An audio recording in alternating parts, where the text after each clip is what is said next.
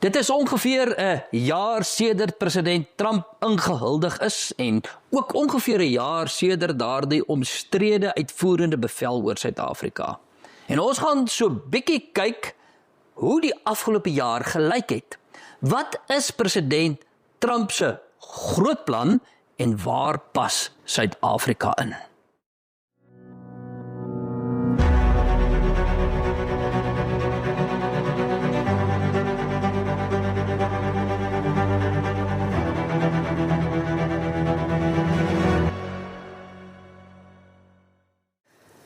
Dit is ongeveer 'n jaar terug wat president Donald Trump ingehuldig is. En dit is ook amper 'n jaar terug wat hy die uitvoerende bevel oor Suid-Afrika uitgereik het. Net 'n jaar. En daar het ongelooflik baie dinge gebeur. En ek en Jaco Kleinhans gaan bietjie gesels oor hierdie jaar. Jaco, wat 'n jaar. Die wêreldorde is letterlik omvergewerp. Ja. Nou, daar gebeur baie klein dingetjies. Wel, dis nie klein goedjies nie, dis groot goed. Maar daar's dinge, hier gebeur iets en daar sien ons in Venezuela gebeur iets en hier gaan dit oor Groenland en daar gaan dit oor Gaza en hier is die oorlog in Oekraïne aan die gang. So daar gebeur verskriklik baie dinge. Maar ek dink as ons kan regkry om so 'n bietjie op te styg en met 'n helikopter af te kyk en te sê, wat is president Trump se groot plan? Ja, so mense moet dit in twee kategorieë deel, Dirk, binnelands en buitelands. Binnelands, die herstel van die Amerikaanse droom. Hierdie hele gedagte dat Amerikaners is 'n trotse nasie, trotse volk, 'n leidinggewende land in die wêreld. En in Amerika moet jy kan innoveer en kan skep en jy moet opwaartse mobiliteit in die ekonomie kan hê. En dit is die afgelope paar jaar teengewerk deur massa-immigrasie, deur die storting van byvoorbeeld Chinese produkte in die Amerikaanse mark, die vernietiging van die vervaardigingsbasis. En om dit alles terug te keer, om te kan terugkeer na die Amerikaanse droom, moet Amerikaanse bedrywe dus kan herstel, hulle moet self weer kan produseer, onwettige immigrasie moet gestop word, die probleme met dwelmhandel moet gestop word. Ons sien dat dit verlede jaar sterftes weens dwelmhandel in Amerika met 20% afgeneem het in Trump se eerste jaar. So, dit was die binnelandse idee, die herstel van die American Dream. Die buitelandse beleid kan mens eintlik opsom met die nasionale veiligheidsstrategie wat hier begin Desember verlede jaar bekend gemaak is, en dit gaan oor Amerikaanse leierskap in die westelike halfrond. Amerika wat sê hy gaan nie meer die polisieman van die hele wêreld wees nie, maar Amerika is by uitstek die leier van die westerse beskawing en die westerse halfrond. Dit sluit in die Amerikas. Dit beteken, as daar 'n staatshoof is, 'n diktator in Venezuela, wat teen Amerika werk, wat Amerika se vyande, soos Iran byvoorbeeld, toegang gee tot die streek waar Amerika eintlik dominant moet wees, dan gaan Amerika optree.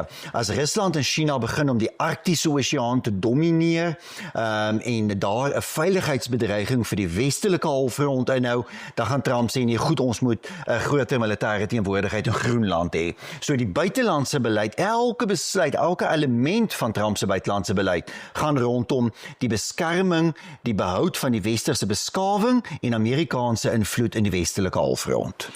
Kom ons pas dit toe op Groenland, want ek dink almal wonder op dese aarde. Ja. Ek meen daar is 'n klein landjie, daar's nie baie mense nie, die mense wil nie deel word nie. Ja. Europa is bankvas daarteen. Trump sê, luister, Groenland moet by ons ingelei word. Pas nou 'n bietjie die groot prentjie toe op Groenland. Ja, kyk, ek dink wat Trump, ons kan vir Trump krediet gee en ons kan ook kritiek lewer op Trump, en dit is die geval vir enige staatshoof in die wêreld, nee. Wat Trump my altyd oor verras, is oor sy geopolitiese insig oor waar kwelpunte is. September 2018 staan hy in New York by die Verenigde Nasies se algemene vergadering, en hy sê, Duitsland maak 'n groot fout om afhanklik te raak van Russiese gas en dit gaan uiteindelik vir Duitsland 'n groot probleem wees. En die Duitse ambassadeur by die VN sit en bars uit van die lag. Ek dink nie hy lag vandag meer nie. Die huidige Duitse kanselier kondig nou 'n week of 2 gelede aan dat die Duitsland se ekonomie het reuse skade gelei weens hulle energieprobleme. Hulle kry nie meer gas uit Rusland nie, hulle het hulle kernkragstasies gestuit en Donald Trump was reg. Hy het die geopolitiese uitdaging daar raak gesien, die veiligheidsbedreiging, dat na daardie uitspraak van Trump 'n oorlog in Oekraïne ontstaan. Europese ekonomieë is lam gelê weens hierdie probleem. Wat sien Trump raak? Trump kyk na 'n aardbol en hy kyk na hom van bo af en hy sien maar hy's al hoe meer Russiese vlootbasisse op die Arktiese Oseaan. Maar daar's ook 'n toenemende teenwoordigheid van gevorderde Chinese vlootskepe in die Arktiese Oseaan. En wat sien hy aan die ander kant van die Arktiese Oseaan? 'n Bietjie Amerikaanse teenwoordigheid in Alaska, uiters beperkte teenwoordigheid in Kanada en Skandinawiese lande en dan Europese lande wat vir 30 jaar na die Koue Oorlog eenvoudig net afgeskaal het. In die hele Arktiese streek hulle militêre teenwoordigheid afgeskaal het sodanig dat as jy nou van bo af kyk na die Arktiese Oseaan, dan domineer Rusland en China. Trump sê dit kan nie so wees nie, as jy al van bo af kyk na die aardbol, dan lê daar een groot westerse eiland wat deel is van die westerse wêreld en dis Groenland. En Trump sê as ons China en Rusland gaan terugstoot en hulle militêre dominansie in die Arktiese Oseaan, dis daar een plek waar dit gaan moet gebeur en dis Groenland. En dit is dink ek die kompliment aan Trump. Sy sterkpunt is hy verstaan daardie geopolitiese dinamika. Die kritiek wat ons kan lewe is oor die manier hoe hy dit dan aanpak. Jy weet, met dreigemente oor handelstariewe en gevegte met Amerikaanse bondgenote in Europa, wat nie altyd wys is nie, wat nie altyd die beste strategie is nie. Maar Trump was heeltemal reg om te besef dat Rusland en Chinese dominansie hou 'n groot gevaar vir die weste in die Arktiese Oseane. Vir ons gesels net so 'n bietjie daaroor, as jy kyk na Europa, as jy kyk na die weste, dan is die weste onder aanval en my onmiddellike aanvoelings sal wees, as die weste onder aanval is, dan moet jy westerse bondgenote kry. Ja. Hy vervreem sy westerse bondgenote. Ja. Hoe werk daai? Kyk, dit is die groot probleem. Dit is Trump se swakpunt. So Trump se wêreld, en Trump se verwysingsraamwerk is die van 'n eiendomsmagnaat in New York wat oor baie dekades eiendomstransaksies en eiendomsontwikkeling gedoen het en 'n soort van harde hand onderhandelingsbenadering gevolg het. Soos wat Trump in die 1970s of 80 selfs 1990s kon raak sien waar daar goeie potensiaal is om sê maar 'n nuwe hotel te bou of nuwe residensiële ontwikkeling of iets in New York te doen, kan ek dit ook vergelyk met Trump se verrassende geopolitiese aanvoeling. As jy vat, Trump het in 2017 die eerste keer president geword met geen buitelandse kennis nie. En ek dink nie Trump het so baie buitelandse kennis nie. Ek dink hy ken al die lande in die wêreld en wat hulle hoofstede is en so aan nie. Maar hy het 'n goeie aanvoeling vir waar geleenthede en risiko's is. Hy lees geleenthede en risiko's baie goed. Maar jy kan nie jou geopolitiese risiko's aanpak op dieselfde manier as wat jy onderhandelinge gedoen het vir eiendomsontwikkeling in New York nie. 'n Harde handbenadering, stoot jou vyande uit, val ouens aan, hierdie soort van bondgenootskap. En dit is dink ek een van Trump se maniere waarop hy homself eintlik die afgelope tyd, ook in sy eerste termyn, dikwels in die voet geskiet het. Hy het dikwels bondgenote vervreem, mense wat naby hom staan. Ek dink byvoorbeeld aan Indië is 'n baie goeie voorbeeld. Indië is die 4de grootste ekonomie in die wêreld, opkomende supermoondheid, 'n land wat baie naby aan Amerika staan, pro-westers is. Trump se eerste termyn, Trump so 'n helde ontvangs in 'n stadion in Indië gekry. Indië het begin om toenemend militêr die afgelope paar jaar met Amerika en ander westerse lande saam te werk. En wat doen Trump verlede jaar? Hy's kwaad dat Indië olie en gas by Rusland aankoop en hy stel 'n 50% invoertarief in teen Indiese goedere en daardeur vervreem hy Indië. Groot fout. Hy het dieselfde het nou met Groenland gedoen? Die verhouding is nou baie gespanne. Wie lag daaroor? Wie kry lekker? China en Rusland en Iran. Die Weste se vyande geniet dit, want die Weste is verdeeld. En ek dink dit is Trump se groot swakpunt. Trump sien nie om na sy bondgenote nie. Hy kyk alles transaksioneel en hy hanteer elke geopolitiese probleem en uitdaging, soos wat jy 'n eiendomstransaksie sou hanteer, en dan handig jy die eiendomstransaksie af en dan is dit verby. En geopolitiek is verhoudinge iets wat baie langer moet strek. Kom ons bring dit 'n bietjie huis toe. So omtrent 'n week van nou af gaan dit ook 'n jaar wees sedert daardie omstrede uitvoerende bevel van Trump oor Suid-Afrika gepubliseer is. Kom ons plaas Suid-Afrika binne die groter Trump prentjie. Ja, baie belangrik, Dirk, want wie sou dink 20 Januarie verlede jaar met Trump se inhuldiging dat daar 'n reuse diplomatieke krisis tussen Suid-Afrika en Amerika kan ontstaan. Mense het dit nie gedink nie en daardeur was mense verkeerd gewees. Interessant, 'n week na die verkiesing in 2024, ek dink dit was hier by die 12de of 13de November rond, staan ek in Washington in die Senaat, een van die Senaatsgeboue, en ambassadeur van een van ons Afrika-lande in Suidelike Afrika staan daar en ek begin met haar gesels en sy sê, maar hulle is reeds as ambassade besig met 'n strategie oor wanneer Trump ingehuldig word, wat dan nou nog 2 maande sou wees, né? As Trump ingehuldig word, wat hulle land se strategie gaan wees om uit te reik na Trump rondom handel en alles. Nou interessant genoeg, intussen is daar 'n handelsooreenkoms gesluit tussen hierdie Suid-Afrika land en die Trump-administrasie, en daar's 'n goeie verhouding tussen die twee. Ek wil so ver gaan om vir jou te sê, die Suid-Afrikaanse regering het geen strategie gehad verlede jaar op 20 Januarie oor hoe om te werk te gaan met hierdie nuwe Trump-administrasie. Daar was geen plan nie. Daar was nie 'n ambassade, Suid-Afrikaanse ambassade in Washington, wat 'n plan uitgerol het met goeie kontakte wat begin werk het. Die probleem as jou diplomatieke infrastruktuur inplof. Presies. Hoe lank? 3 dae wat voor Trump se inhuldiging het Ibrahim Rasool aangekom in Washington DC, en hy was die verkeerdste aanstelling as ambassadeur geweest. Ander Suidelike Afrika lande het nie dit gedoen nie. Hulle het die regte ambassadeurs daar gehad. Ek praat van Namibië, Zimbabwe, Mosambik, Malawi, Tanzanië, die regte mense gehad. Want hoekom sê ek dit? Al die tekens vir potensiële konflik tussen Suid-Afrika en Amerika was reeds daar gewees. Dis die fout wat mense maak. Mense dink Trump het daardie uitvoerende bevel uit sy hoed uitgepluk, nee. Maar die tekens was oor jare daar gewees. Verhore in die Amerikaanse Kongres, ongelukkigheid oor Suid-Afrika wat nie die oorlog in Oekraïne wou veroordeel nie. Wil jy my sê dis nie alle solidariteit en Afriforum se skuld? Toevallig toe nou nie.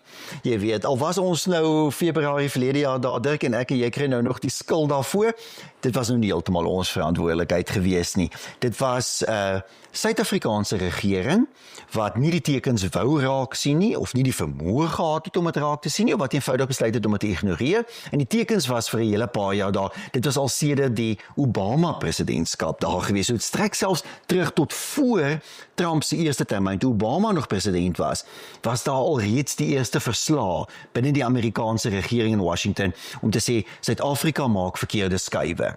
Binne BRICS is Suid-Afrika belyn homself te naby aan Cuba, Venezuela, Iran, al die soort van dinge, die tekens was al daar gewees. Toe word Trump verkies November 2024, Suid-Afrika berei nie voor daarvoor nie, Suid-Afrika het geen reaksie daarop nie, en Suid-Afrika stuur 'n anti-Trump ambassadeur na Washington, en doen dit slinks, vinnig, net voor Trump se inhuldiging, sodat Joe Biden nog die geloofsbriewe in ontvangs moet neem. So hy kom aan daar net voor Trump se inhuldiging, en net na Trump se inhuldiging beledig hy Trump en noem Trump 'n rassis. Wat verwag die regering? Wat het die Ramaphosa regering verwag? Gaan die reaksie van Trump wees? Nou ja, toe kom die uitvoerende bevel, en daar word sterk standpunt teen die Suid-Afrikaanse regering se binnelandse en buitelandse beleid ingeneem, en natuurlik die Afrikaner word erken, kry 'n soort van vlak van erkenning wat ons laas eintlik onder Woodrow Wilson meer as 100 jaar gelede gesien het. Maar intussen, hierdie afgelope jaar het Suid-Afrika voortgegaan om te dans teen Israel, om te dans met Iran, vlootoefeninge net onlangs, so hulle het net eenvoudig voortgegaan. Ja. Absoluut. Kyk, daar in November 2024, daai week nadat Trump verkies is, wat ek nou daar namens Solidariteit in Washington was, het hoeveel kongreslede gesê, die ene het dit vir my gewys ook, 'n leer wat by hulle gelê het, van Israeliese groepe in Washington, wat 'n saak gebou het teen Suid-Afrika. So die saak is al gebou teen Suid-Afrika in 2024, en dit het baie sterk verband gehou met Suid-Afrika, die Suid-Afrikaanse regering se saak teen Israel, wat nie ons plek is nie. Lande se invloed, geopolitiese globale invloed word gewoonlik van onderaf gebou. Dis iets wat die Trump-administrasie nogals verstaan. As jy nou kyk wat Trump sê, is dat Amerika se primêre invloed lê in die Amerikas. Noord-Amerika, Sentraal-Amerika, Suid-Amerika.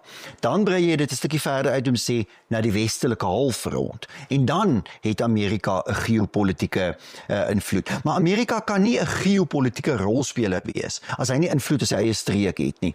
Suid-Afrika, wat is Suid-Afrika se geopolitiese rol vandag hier aan die begin van 2026 in die wêreld? Ons moet eers onsself afvra, wat is ons invloed in Suidelike Afrika, in die SADC-streek? Dit moet die eerste vraag wees. Tweede vraag, dink ek, wat is ons invloed in Afrika? Kan Suid-Afrika 'n rol speel om 'n einde te bring aan konflik in die DRK, of die oorlog in Sudan, of 'n bydrae lewer in die stryd teen terreur in Afrika? Dan, nadat jy daarna kyk, het jy sê, maar goed, wat is Suid-Afrika se geopolitiese invloed? Wat 'n rol moet Suid-Afrika in die wêreld speel? En dan kan jy jouself die vraag begin afvra, maar goed, moet Suid-Afrika 'n rol speel in die konflik tussen Israel en die Palestynë? Maar Suid-Afrika beskik nie oor die vermoë om in Suidelike Afrika 'n positiewe rol te speel. Suid-Afrika het geen verskil gemaak in die uitdagings in Suidelike Afrika. En ons verlede jaar in Tanzanië 'n verkiesing gehad, waar oppositie opgesluit is in die tronk, waar daar totaal onderdrukking was, waar die media, die vrye media, totaal en al onderdruk is. Daar was geen vryheid van spraak gewees en die Suid-Afrikaanse regering is tot vandag toe stil daaroor. Dit wat in Zimbabwe gebeur. Dan praat ons oor die res van Afrika, ons soldate wat gevlug het in Cabo Delgado in Mosambiek. Uiteindelik moes Rwanda die situasie kom beredder het. Kyk wat het nou gebeur met ons soldate, meer as 10 wat doodgeskiet is verlede jaar in die DRK, daar moes ons ook vlug, soos wat ek en jy nou hier sit en praat, staan daar van ons weermagvoertuie en wapens so goed, ons gaan dit nooit weer terugkry nie. So Suid-Afrika het sy vermoë in Suidelike Afrika, maar veral dan op die hele Afrika-kontinent verloor, en dan wil Suid-Afrika nou gaan en sê, nee, ons is 'n groot geopolitiese rolspeler, en ons gaan 'n saak maak teen Israel, want ons het 'n saak uit te maak met wat in die Midde-Ooste aangaan. Suid-Afrika se besigheid nie.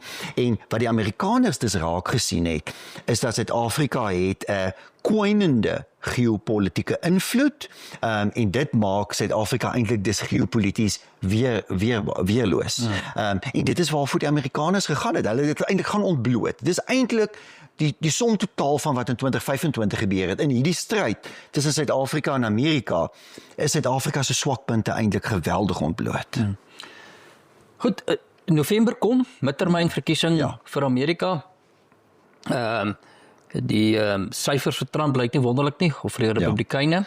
So die vraag is, het hy die rekkie te ver gestrek oor binnelands in Amerika? Gaan sy tande getrek word in die midtermyn verkiesing?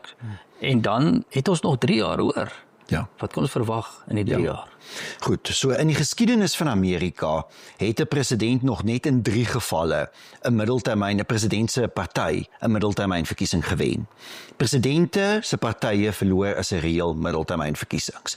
Die waar hulle gewen het was gewoonlik in of oorlogssituasies of waar daar een of ander omstrede omstandigheid was. Ek onthou baie goed, die een was 2002 toe George Bush president was, en die verkiesing was 12 maande na 9/11, na die aanvalle op New York, en die Republikeine het die 2002 middeltermynverkiesing gewen, maar daar was natuurlik nog 'n nasionalisme in Amerika, almal het agter George Bush gestaan.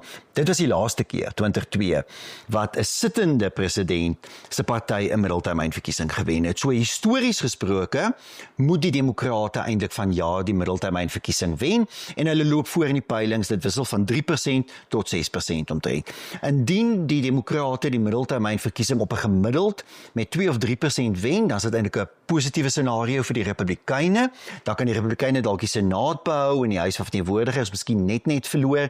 Indien die Demokrate met 5 of 6% wen, dan beteken dit hulle neem waarskynlik die Huis van Verteenwoordigers en die Senaat oor en ook 'n hele aantal wetgewers in Amerikaanse deelstate. En dan raak Donald Trump 'n sogenaamde lame duck president, want dan het hy 2 jaar oor as president. En nou Januarie volgende jaar, presies oor 'n jaar van nou af, begin die presidentsverkiesingsveld tog vir 2028. So volgende jaar hierdie tyd gaan ek en jy elke gesels oor wie lyk dit gaan die kandidaate wees in die 2028 verkiesing. Dis hoe lank die termyne is. Ek dink dis een van die redes hoekom Donald Trump so haastig is om 'n klomp goed te doen. Ek dink die fout wat hy maak is om te sterk te fokus op buitelandse kwessies en te min op binnelandse kwessies. Amerikaanse verkiesings en by uitstek middeltermynverkiesings word beslis op die ekonomie. Amerikaanse kiesers gaan November vanjaar vir hulle self een vraag vra. Net een vraag, is ek beter daaraan toe as 'n jaar gelede of as 2 jaar gelede? As hulle voel hulle is beter daaraan toe, gaan hulle vir die Republikeine stem, as hulle voel hulle is slegter daaraan toe, gaan hulle vir die Demokrate stem. Tans sê 'n meerderheid van Amerikaners hulle slegter daaraan toe. Is baie eenvoudig hoekom. Verlede jaar het die gemiddelde Amerikaner se inkomste met 0,9% gestyg en hulle lewenskoste met 2,7% gestyg. Trump moet meer doen om inflasie te beperk, mense se lewenskoste te bestry. En die een groot fout wat hy gemaak het, is die invoertariewe. Die konstante langtermyn invoertariewe het 'n inflasionêre druk op die Amerikaanse ekonomie. Amerikaners betaal die prys daarvoor en dit gaan vir die Republikeine 'n duur prys laat betaal indien hulle nie binne die volgende paar maande dit kan verander nie. Baie dankie Jaco. Nou ja, 1 jaar is verby.